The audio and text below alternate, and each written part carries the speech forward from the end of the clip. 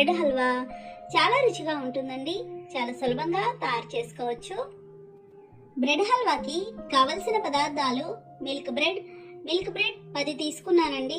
హల్వాకి ఫ్రెష్గా ఉన్న బ్రెడ్ కంటే కొద్దిగా డ్రై అయ్యాక చేసుకుంటే నూనె ఎక్కువ పీల్చకుండా ఉంటుంది. ముందు రోజు తెచ్చుకుంటే సరిపోతుందండి. బ్రెడ్ని 4 వైపులా అంచులు కట్ చేసి ఈ విధంగా ముక్కలు కట్ చేసుకోవాలి.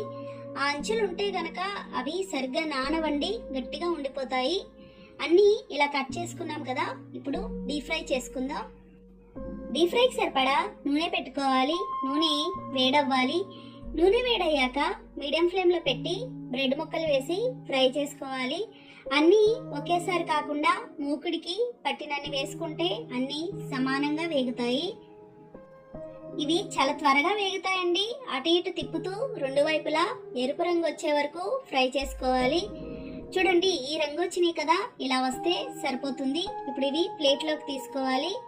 ఇదే విధంగా మిగతా అన్ని బ్రెడ్ ముక్కలు ఫ్రై చేసుకోవాలి. బ్రెడ్ వేయించుకునే దాన్ని బట్టే హల్వా రంగు ఉంటుందండి. చూడండి, ఇవి కూడా ఇలా ఫ్రై అయినాయి కదా, ఇప్పుడు ఇవి ప్లేట్లోకి తీసుకోవాలి. కొద్దిగా చల్లారాక ఇలా ముక్కలుగా చేసుకోవాలి. ఇప్పుడు హల్వా చూద్దామండి. స్టవ్ ఆన్ చేసి పాన్ పెట్టి 1 స్పూన్ నెయ్యి వేసుకోవాలి. నెయ్యి వేడవ్వాలి. నెయ్యి వేడయ్యాక డ్రై ఫ్రూట్స్ వేసి ఫ్రై చేసుకోవాలి. మీకు బాదం వద్దు అనుకుంటే మానేయొచ్చండి. ఇవి ఇలా వేగినాయి కదండి, ఇలా వేగితే సరిపోతుంది. ఇప్పుడు ఇవి ప్లేట్లోకి తీసుకోవాలి. ఇప్పుడు అదే ప్యాన్లో 10 బ్రెడ్ ముక్కలకి 300 గ్రాముల పంచదార కరెక్ట్గా సరిపోతుంది. పెద్ద గ్లాస్తో 1 గ్లాస్ పంచదార అండి. 1 గ్లాస్ పంచదారకి 1 గ్లాస్ నీళ్లు పోసుకొని 4 యాలకులు వేసి పాకం రానివ్వాలి. పాకం తక్కువైనా బ్రెడ్ హల్వా డ్రైగా అయిపోతుందండి. పొడి పొడిగా అయిపోయినట్టు ఉంటుంది, ముద్దలాగా రాదు. దీనికి ఎటువంటి తీగ పాకం అలా ఏమీ అవసరం ఉండదండి. గులాబ్ జామ్ పాకం కంటే కొద్దిగా ఎక్కువ రావాలి. పట్టుకొని చూస్తే జిగురుగా తగిలితే సరిపోతుంది. చూడండి, ఈ విధంగా కొద్దిగా జిగురుగా వచ్చాక లో ఫ్లేమ్లో పెట్టి బ్రెడ్ ముక్కలు వేసుకోవాలి. బ్రెడ్ ముక్కలన్నీ వేసి బాగా కలుపుకోవాలి. మీడియం ఫ్లేమ్లో పెట్టి దగ్గర పడే వరకు ఉడికించుకోవాలి. మంట అసలు పెంచకూడదండి.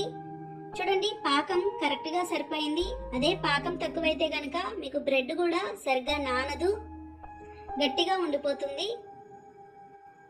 గరిటతో ఇలా మెదుపుతూ కలుపుకుంటే ఎక్కడా ముక్కలు లేకుండా సాఫ్ట్గా ఉంటుంది. చూడండి, హల్వా అంతా ఇలా బాగా దగ్గర పడింది కదా, ఇలా వస్తే సరిపోతుంది. ఇప్పుడు ఇందులో కాచి చల్లార్చిన పాలు చిన్న గ్లాస్ పోసుకోవాలి. బ్రెడ్ హల్వాకి పాలు ఎక్కువ పట్టవండి. ఇలా చిన్న గ్లాస్ పాలు పోసుకొని 1-2 నిమిషాలు ఉడికించుకొని స్టవ్ ఆఫ్ చేసుకుంటే సరిపోతుంది. చూడండి, ఇదంతా ఇలా బాగా దగ్గర పడింది కదా, హల్వా ఇలా ఉంటే సరిపోతుంది. ఇంతకన్నా లూజ్గా ఉండకూడదు, గట్టిగా ఉండకూడదు. ఇప్పుడు ఇందులో వేయించిన డ్రై ఫ్రూట్స్ వేసి స్టవ్ ఆఫ్ చేసుకోవాలి. ఇంతేనండి, బ్రెడ్ హల్వా తయారైపోయింది. ఇది వేడిగా కంటే చల్లారేకి తింటే బాగుంటుంది. చూసారు కదా ఫ్రెండ్స్, చాలా సులభంగా తయారు చేసుకున్నాం. నచ్చిందండి వీడియో? మీకు నచ్చితే లైక్ చేయండి, షేర్ చేయండి, కామెంట్ చేయండి. Thank you for watching.